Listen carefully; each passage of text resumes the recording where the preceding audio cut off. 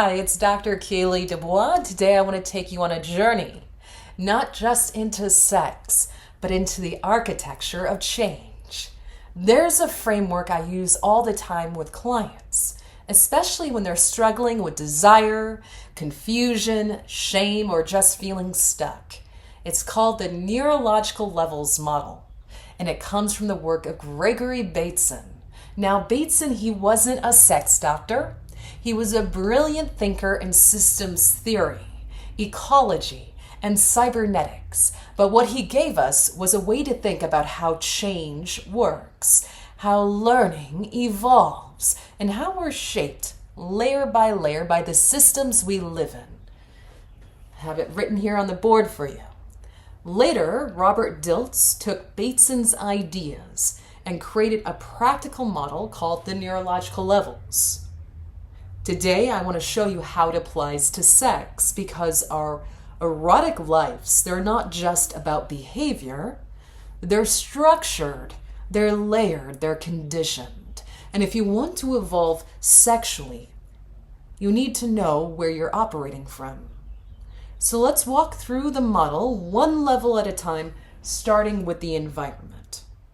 This is the base, the most external layer. Where and when is your sexuality happening? Who are you with? What's around you? What's the lighting like? The temperature, the sounds. Is it a cheap motel with the blinds drawn? Or a temple of silk and candlelight? Environment is where we often blame things. I can't get turned on here. If we just had more time, if the kids weren't in the next room. And while that matters, this level is the easiest to change without touching the very core. You can rearrange your bedroom all day long, but unless the inner levels shift, you won't unlock your deeper erotic self. Still, it's a great starting point. Ask yourself, where do I allow myself to be sexually? With whom? And under what conditions? And then ask, what would it take to feel free in more places?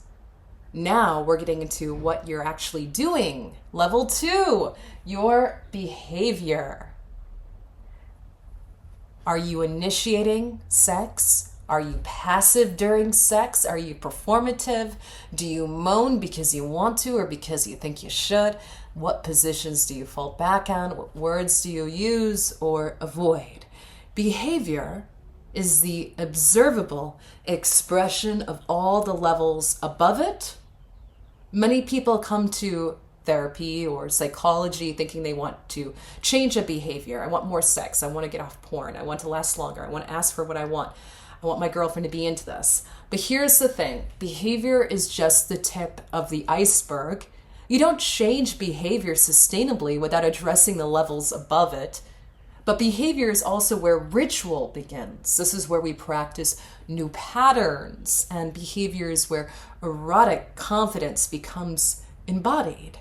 And this moves us into level 3, which is our skills and capability. This is how you do sex, your range, your tools, your adaptability. Do you know how to use your breath to delay orgasm? Do you know how to attune your partner's nervous system? Can you speak erotic language that builds desire rather than kills it?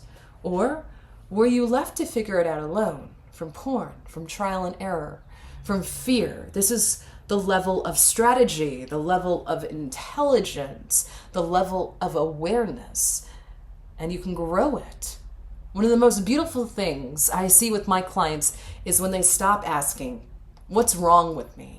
And start asking, what don't I know yet? What don't I know yet? That shift right there, that is evolution. Because capabilities are learnable, and when people feel capable sexually, they become playful again. And this moves us into level 4, our beliefs and values. This is the deep code. Why do you have sex?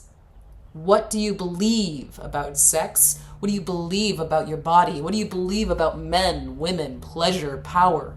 Do you believe sex is dirty, sacred? Do you believe sex is transactional, healing, dangerous? Do you value surrender, dominance, intimacy, novelty? This level is where the emotional software lives.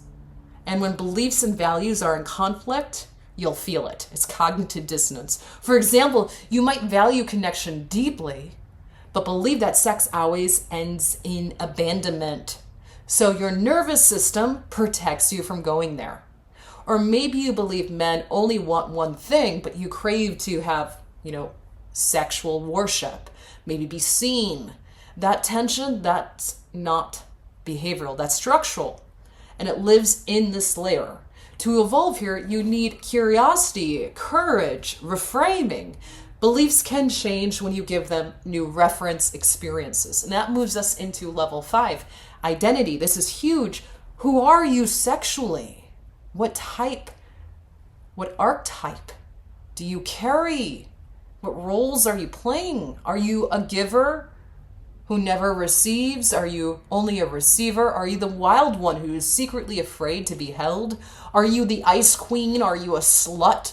Are you the rescuer, the ashamed one? This level is where the labels live. And some were handed to you without consent. Maybe someone called you too much. Maybe someone called you not sexy. Maybe someone called you easy. Maybe someone called you a prude. Maybe someone called you a bitch and you internalized it. Or maybe you created an identity to survive, to cope, to get approval. But here's the truth. You can reclaim your identity. You can reauthor who you are. I am a sensual being. I am a safe space for others to explore, to love. I am powerful. I am my own erotic teacher. These aren't just affirmations, they're anchors. Do them. And this moves us into our spirituality, our sense of purpose, the highest level. Why does sex exist in your life at all? What's the larger meaning of your erotic energy? Some say it's connection to the divine. It's how I heal. It's how I reclaim my body, my power. It's how I create magic. It's how I remember I'm alive. When sex has purpose, it becomes sacred. Even filthy, raw, taboo sex can be deeply purposeful. And when it's aligned with something real, this level doesn't have to be spiritual in a religious sense, but it is existential. When you know your erotic why, every level below it shifts in resonance. And you stop copying scripts that were never yours to begin with, and you start creating your own. So let's bring it all together. If you want to evolve sexually, erotically, don't just look at the act or the partner or the timing. Look at the structure, the environment, the behavior, the skills, the beliefs, the identity, the purpose. Sex is never just sex. It's a system, a mirror, a teacher. And when you align all 6 levels of the neurological levels, you don't just have better sex. You become someone who lives erotically from the inside out. I'm Dr. Keely Dubois. I'm the founder of Erotic Psychology. I want to share some books with you today that I think would really help you. Okay? So first, we're going to start with Stephen Walensky, Trances People Live. Get this book. It will help you understand how we're in and out of trance states based on triggers and repeated phenomena. Okay? Impulse by David Lewis. Okay? What creates the impulsivity? Conditioned over time. And of course, my favorite, a book on Qigong. Why Qigong? Because it's going to help you get more into your body and pay attention to the energy systems that are at work, the very minute sensations, the proprioceptives needed to really kind of connect to another person's nervous system and to be a great lover. Because we don't want to just have sex, we want to be the best lover they ever had. I am Dr. Keely Dubois, and thank you for watching this. I hope you guys have a great day.